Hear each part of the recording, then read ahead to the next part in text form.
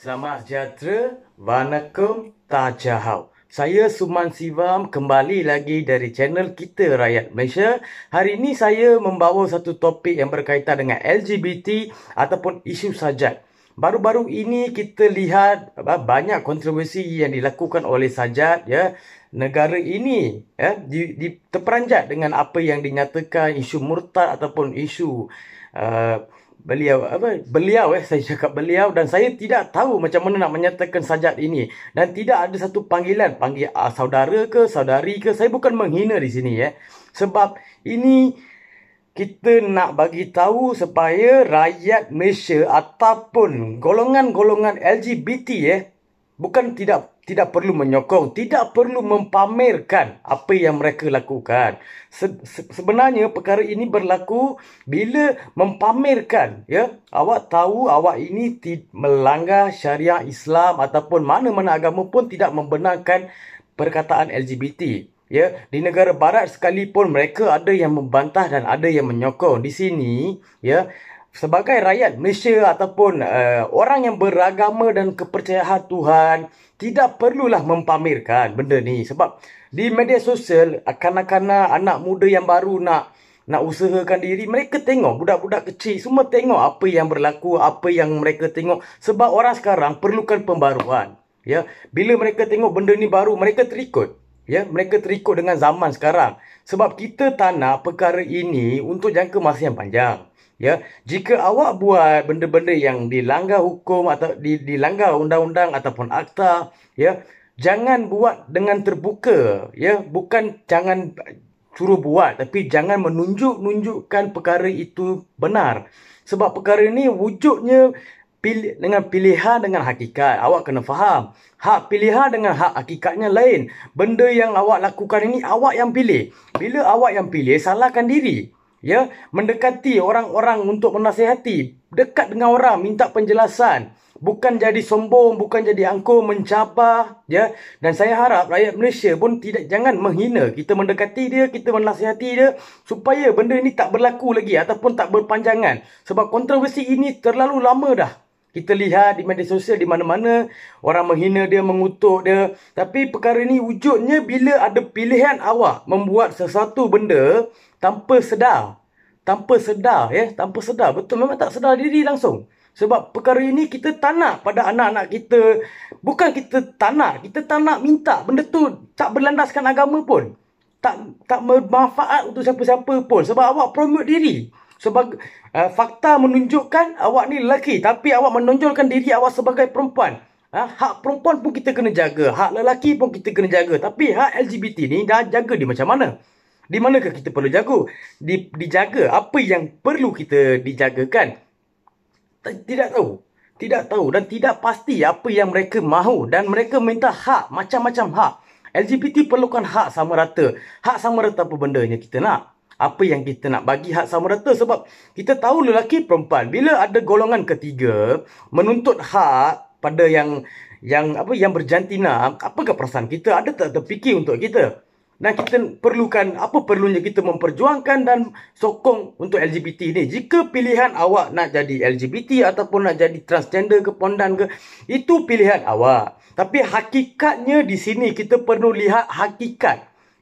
Di Malaysia pun kita ada Akta 559, Akta Kesalahan Jenayah Syariah Wilayah-Wilayah Persekutuan 1997.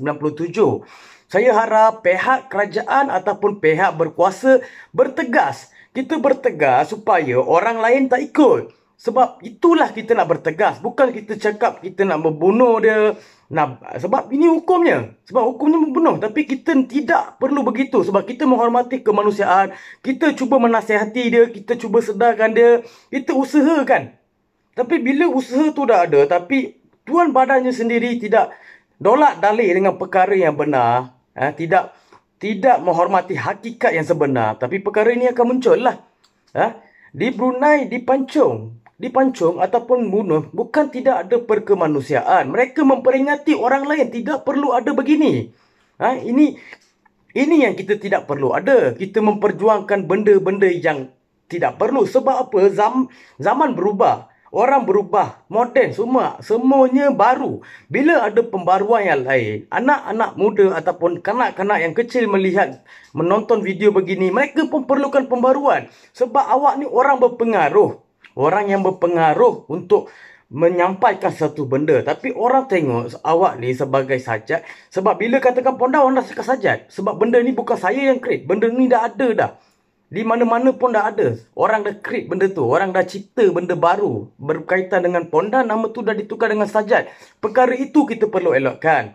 Hakikat awak kena terima, pilihan awak punya. Hakikat bukan kita yang buat. Sebab akta-akta undang-undang kita perlu menggunakan benda tu untuk menjalankan hidup. Sebab kita berlandaskan agama ataupun undang-undang. Benda ni kita wajib diikuti sebagai rakyat Malaysia. Jangan mencabar pihak berkuasa sampai 100 orang lebih untuk menahan awak. Tapi tidak di mana tak tahu. Tapi benda tu tak macam logik. Ya, kita perlukan elakkan benda ni. Sebab kita nak tangkap dia ataupun nak ambil tindakan. Bukan pasal apa. Kita nak memberi tahu pada orang yang lain.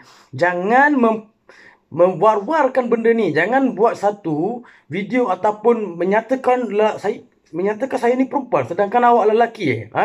Kena menerima fakta. Sebab hak pilihan tidak ada. Hak hakikat ada. Sebab itu kebenaran. Hak pilihan itu terpulang pada awak. Awak nak ikut. Tidak perlu ikut, tidak perlu ikut sebab tidak ada paksaan dalam benda ni.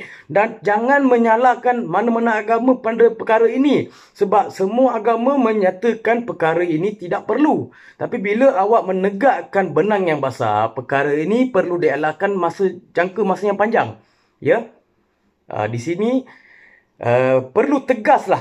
Itu saja, perlu tegas. Ya, dalam mana-mana agama pun dah nyatakan benda ini tidak dibenarkan. Tidak dibenarkan. Jangan betulkan benda yang salah. Dan jangan menggunakan agama semata-matanya untuk perkara ini.